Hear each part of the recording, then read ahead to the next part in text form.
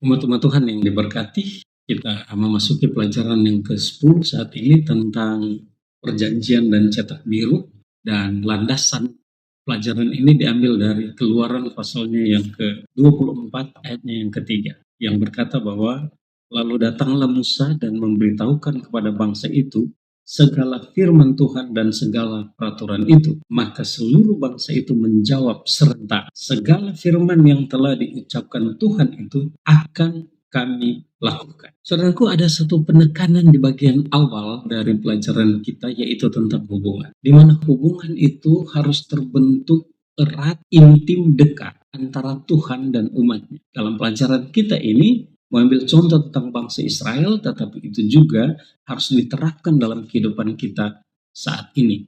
Jikalau kita ingin untuk memiliki hubungan yang dekat, akrab, karib dengan Tuhan, dengan hubungan yang kualitas iman yang kuat, maka kita akan menjadi orang yang mempelajari akan firman Tuhan setiap saat, berdoa setiap saat, dan juga bersaksi tentang Yesus Kristus, tentang kehidupannya, tentang pelayanannya, tentang kematiannya, kenaikannya ke surga untuk kembali ke surga, bahkan pelayanannya di bilik yang maha suci saat ini di surga kepada orang lain. Itu bukan hanya akan membuat hubungan kita erat, dekat, karib, akrab dengan Tuhan, tetapi itu juga akan menciptakan suatu hubungan yang membuat keindahan dalam pengalaman kehidupan kita sehari-hari, khususnya di dalam pertumbuhan kerohanian. Kita bukan cuma akan diberkati dengan hubungan itu dan dengan semua kegiatan mempelajari firman Tuhan, berdoa dan bersaksi, tapi dengan itu kita juga akan menjadi berkat bagi orang lain. Mengapa? Karena dalam hubungan itu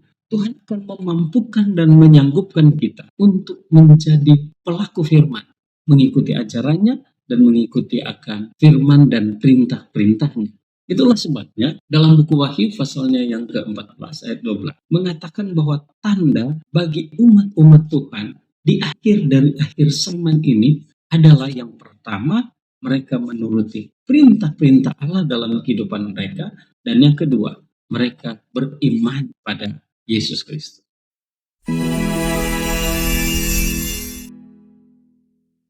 Alkitab dan darah. Dalam Keluaran 24 ayat 1 sampai 8 kita membaca Tuhan memanggil Musa untuk menghadap dia. Jadi sebelum Musa naik dengan 73 orang lainnya, ia membacakan kitab perjanjian yang ia tulis berdasarkan apa yang disampaikan Tuhan. Semua orang Israel bahagia mereka mendengarkannya, dan di ayat yang ketiga mereka berjanji untuk melakukannya dengan setia. Kemudian korban dilakukan. Dan Musa mengambil darah dan ditempatkannya dalam pasu. Juga ia siramkan ke mezbah. Bahkan ia siramkan kepada bangsa Israel. Dan kembali untuk kedua kalinya, bangsa Israel berseru akan setia pada perjanjian. Semua firman Tuhan akan kami lakukan dan dengarkan. Dan mengesahkan perjanjian itu. Mereka memiliki hubungan dengan Tuhan. Itulah sebabnya mereka tidak akan melanggar firman Tuhan. Allah adalah kasih. Dan hubungan hanya bisa terjadi kalau ada kasih. Sebaliknya,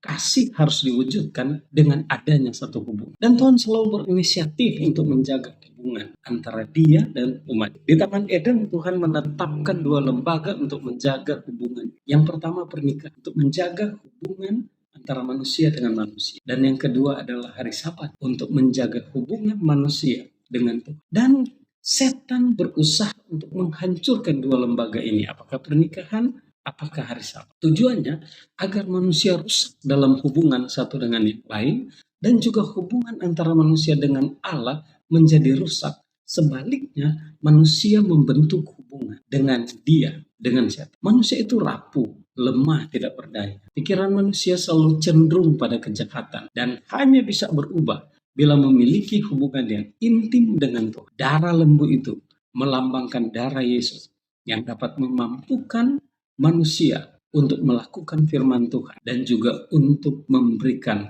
manusia keselamatan. Yesus pernah berkata dalam Yohanes pasal 12 ayat 32, dan apabila aku ditinggikan dari bumi, aku akan menarik semua orang datang. Jadi saudara, di saat Tuhan memberikan 10 firman yang ia tulis dengan jarinya sendiri, dan kitab perjanjian yang dia ucapkan kepada manusia, dan yang dia ucapkan kepada manusia melalui Musa, dan Musa menuliskannya, sesungguhnya Tuhan sedang meneguhkan perjanjian untuk satu hubungan yang intim, yang akrab, yang karib, yang dekat, dan penuh cinta antara Dia sebagai Tuhan dan umat-umatnya.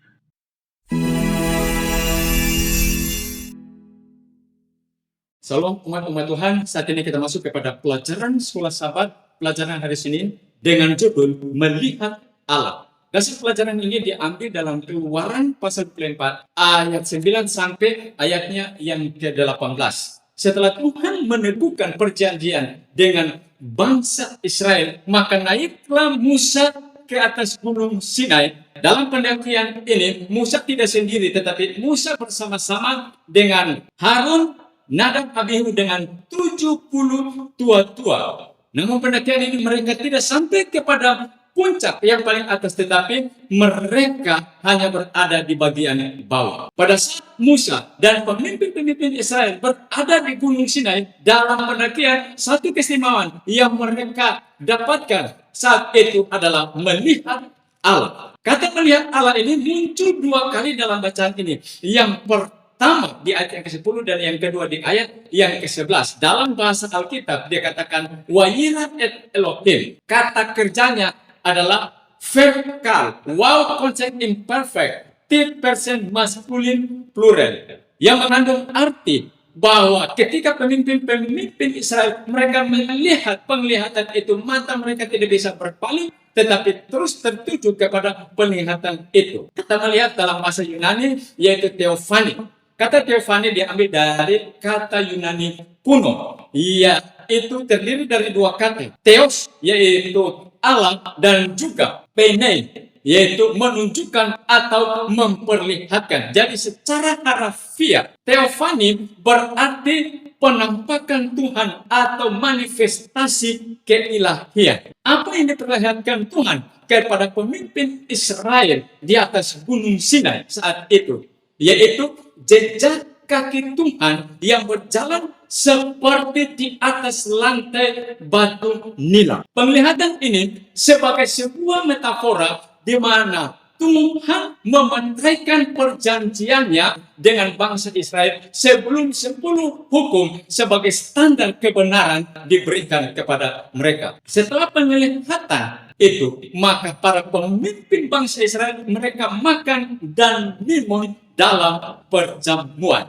Ini memberi pengertian bahwa ketika mereka berada di Sinai, Allah sebagai tuan rumah mengundang mereka dan menghormati mereka. Pada zaman Alkitab, budaya di Timur Tengah tentang jamuan makan bersama adalah pengalaman yang sangat berharga dan kehormatan besar. Jadi setiap undangan yang datang mendapat perlakuan yang istimewa, namun yang menolak adalah bentuk penghinaan yang paling buruk. Namun dalam perjanjian baru nampaknya ada perbedaan. Pada saat Tuhan menerima tawaran untuk makan bersama dengan orang berdosa, Tuhan dikritik habis-habisan.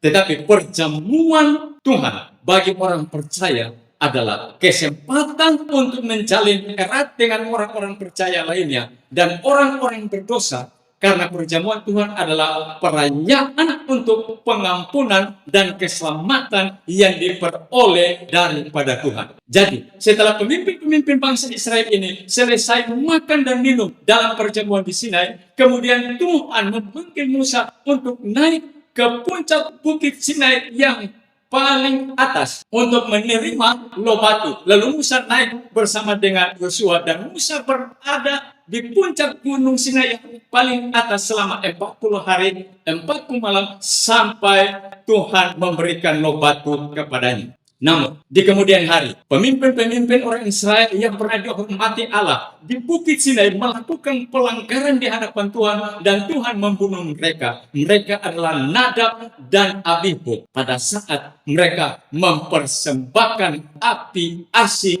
di hadapan Tuhan.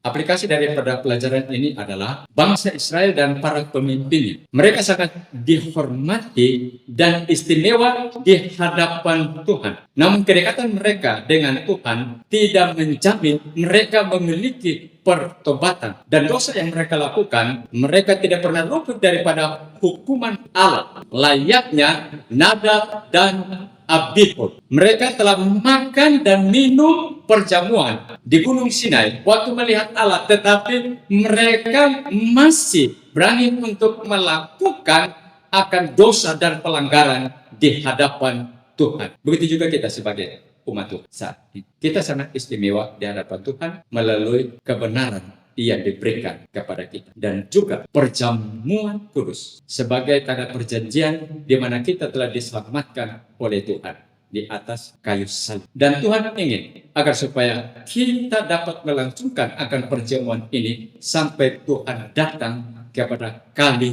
yang kedua.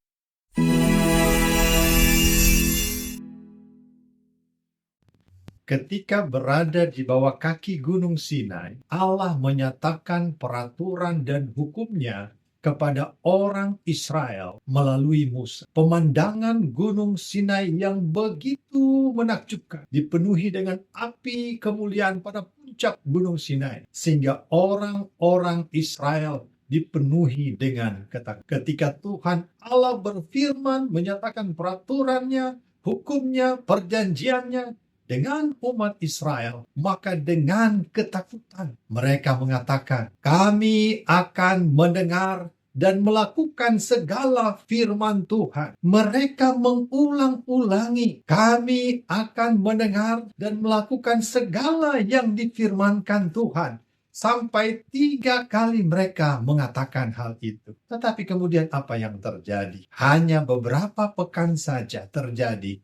Mereka telah mendirikan patung lembu emas, menyembah dan menari-nari memuliakan patung lembu emas itu. Jadi, berdasarkan pengalaman ini, apakah orang Israel taat? Jawabannya tidak. Bagaimana dengan kita? Bagaimana supaya ketaatan terjadi dalam hidup kita? Maka seharusnya tidak seperti perkataan orang Israel, dengan langsung mengatakan kami akan mendengar dan melakukan. Tetapi seharusnya kita berkata, dengan pertolongan Tuhan, dengan kuasa Tuhan, dengan kasih karunia Tuhan, kami dapat melakukan apa yang Tuhan firmankan. Bapak Ibu saudara-saudara yang kekasih, dalam hal ini ada 3 langkah yang harus kita ketahui supaya ketaatan terjadi. Yang pertama, kita menyadari tidak ada kuasa dalam diri kita. Yang kedua, kita pun menyadari bahwa kuasa hanya di dalam Allah saja. Sehingga yang ketiga, maka kita berserah kepadanya. Roh Kudus diberikannya kepada kita, dan kuasa Roh Kudus itu akan menyanggupkan kita menjadi pribadi yang taat.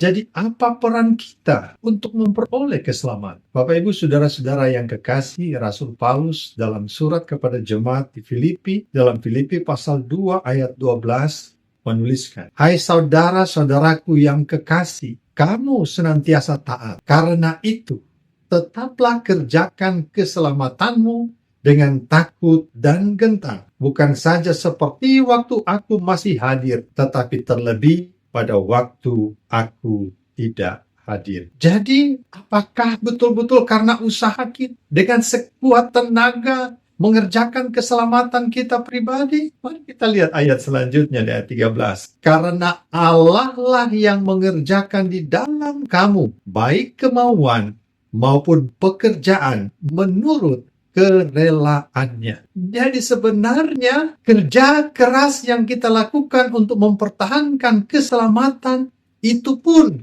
kuasa dari Allah. Bahkan kemauan untuk melakukannya itu pun kuasa dari Allah. Oleh sebab itu, biarlah kita terus berserah kepada Allah, dan Allah akan mencurahkan Roh Kudus-Nya, memberikan kita kemauan dan kuasa untuk mengerjakan keselamatan dan memperoleh keselamatan itu. Tuhan Yesus memberkati.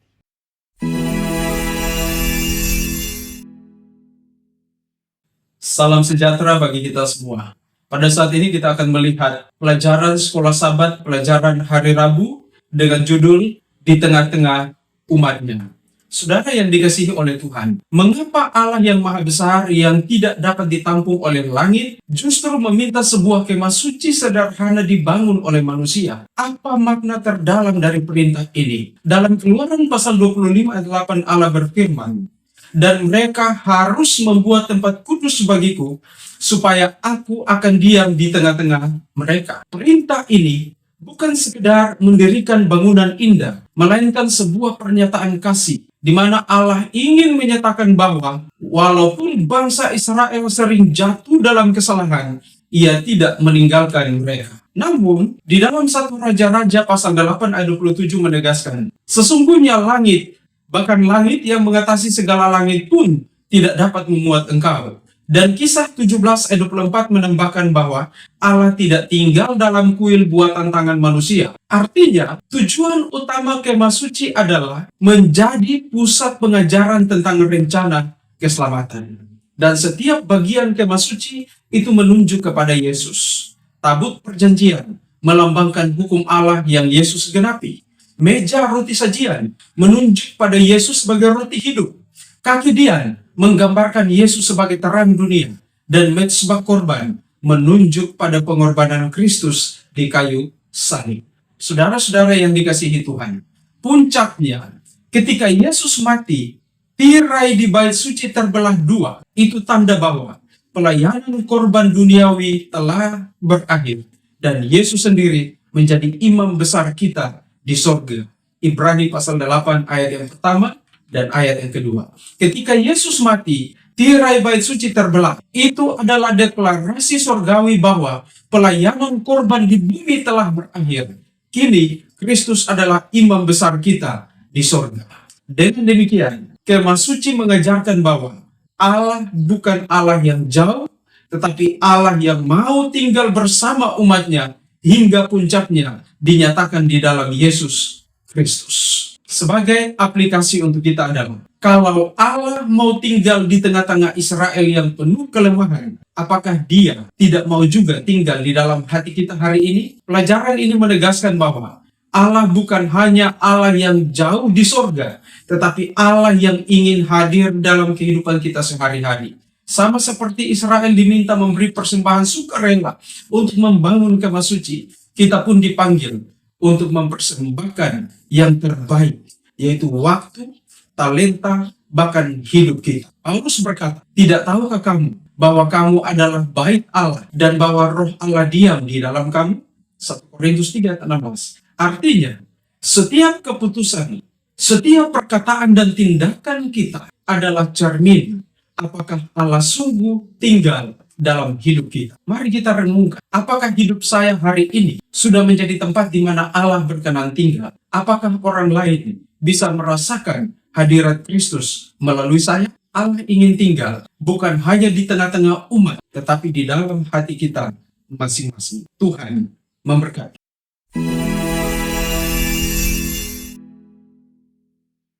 Shalom, pelajaran hari Kamis dipenuhi dengan roh. Apakah yang Allah berikan sehingga semua detail kemah suci dan ibadah-ibadah terkait dapat dipersiapkan dan dibangun dengan cara yang tepat dan indah. Tuhan menginstruksikan Musa mengenai setiap detail dalam persiapan untuk pelayanan di kemah suci. Para imam harus mengenakan pakaian keimaman, para imam harus dikuduskan, dan semua benda-benda harus dipersiapkan dengan hati-hati. Keluaran 28 sampai pasalnya yang ke-30. Reaksi Musa adalah mendengar dan mewujudkan dalam perilakunya untuk melakukan sesuai arahan ilahi. Namun, pekerja yang membuat kemah suci bukanlah Musa. Allah memenuhi seseorang dengan roh Allah, yaitu Bezalel. Bekerja secara artistik pada kemah suci, diperlengkapi dengan keterampilan dan pemahaman dan pengetahuan baru tentang keahlian yang dibutuhkan. Bahkan Allah memberikan roh yang sama kepada Aholiab dan banyak pengrajin lainnya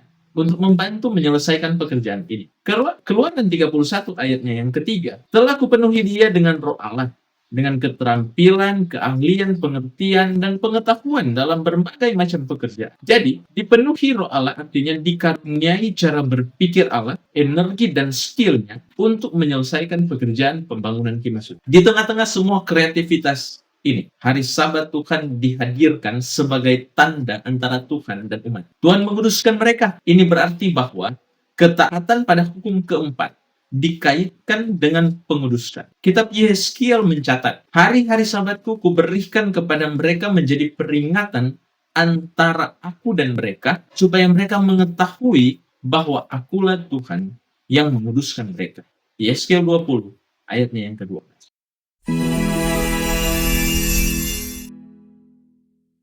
Implikasinya, ada 2 poin. Poin yang pertama, dipenuhi oleh Roh Allah terjadi kepada setiap individu yang hatinya mau diubahkan. Ulangan 30 ayat yang ke-6. Tuhan Allahmu akan menyunat hatimu dan hati keturunanmu, sehingga engkau mengasihi Tuhan Allahmu dengan segenap hatimu dan dengan segenap jiwamu, supaya engkau hidup. Perubahan hidup total hanya dapat terjadi ketika kita mau bekerja sama dengan Roh Allah untuk perubahan kebiasaan yang buruk menjadi baik. Poin yang kedua, ada hari Sabat sebagai tanda pengenal umat Allah. Sabat merupakan pengingat bahwa Tuhan bukan hanya pencipta dalam Kejadian pasal 2 ayat 2 dan 3, namun ia penebus dan Allah dalam Ulangan 5 ayat 15 dan Markus 2 ayat 27 dan 28. Tetapi ia juga adalah yang Maha Kudus.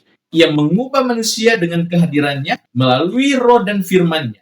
Mereka akan bertumbuh untuk mencerminkan karakter yang penuh kasih, hati yang tidak egois, dan pemaaf. Inilah karakteristik daripada umat Allah. Kiranya Tuhan memberkati.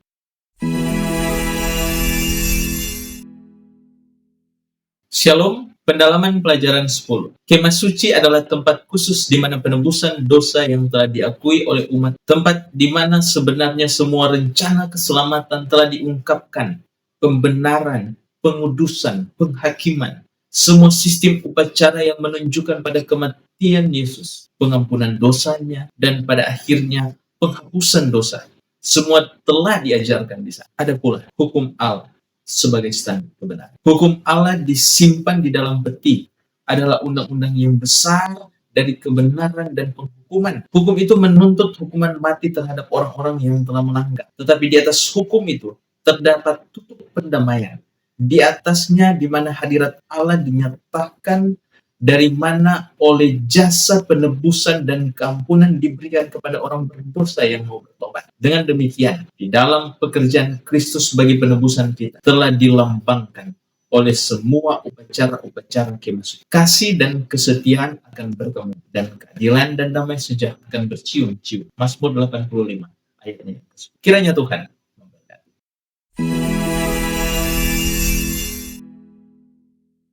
Saudara-saudara, kita bersyukur untuk pelajaran yang kita nikmati, yang kita dapatkan menjadi berkat dalam kehidupan kita. Mari kita tunduk kepala, kita berdoa untuk mensyukuri anugerah Tuhan. Bapa di sorga, kami bersyukur, berterima kasih untuk pelajaran yang indah yang boleh menjadi bagian kami melalui pelajaran sekolah Sabat di pelajaran yang ke-10. Tuhan akan memberkati kami untuk teguh dalam iman dan tetap setia di dalam melakukan akan firman-Mu, akan kehendak-Mu, akan perintah. Kami yakin dengan kuasa Roh-Mu yang suci, kami akan dimampukan untuk menjadi pelaku firman. Jadikan kami berkat bagi orang lain, dan limpahkan hidup kami dengan berkat sorgawi.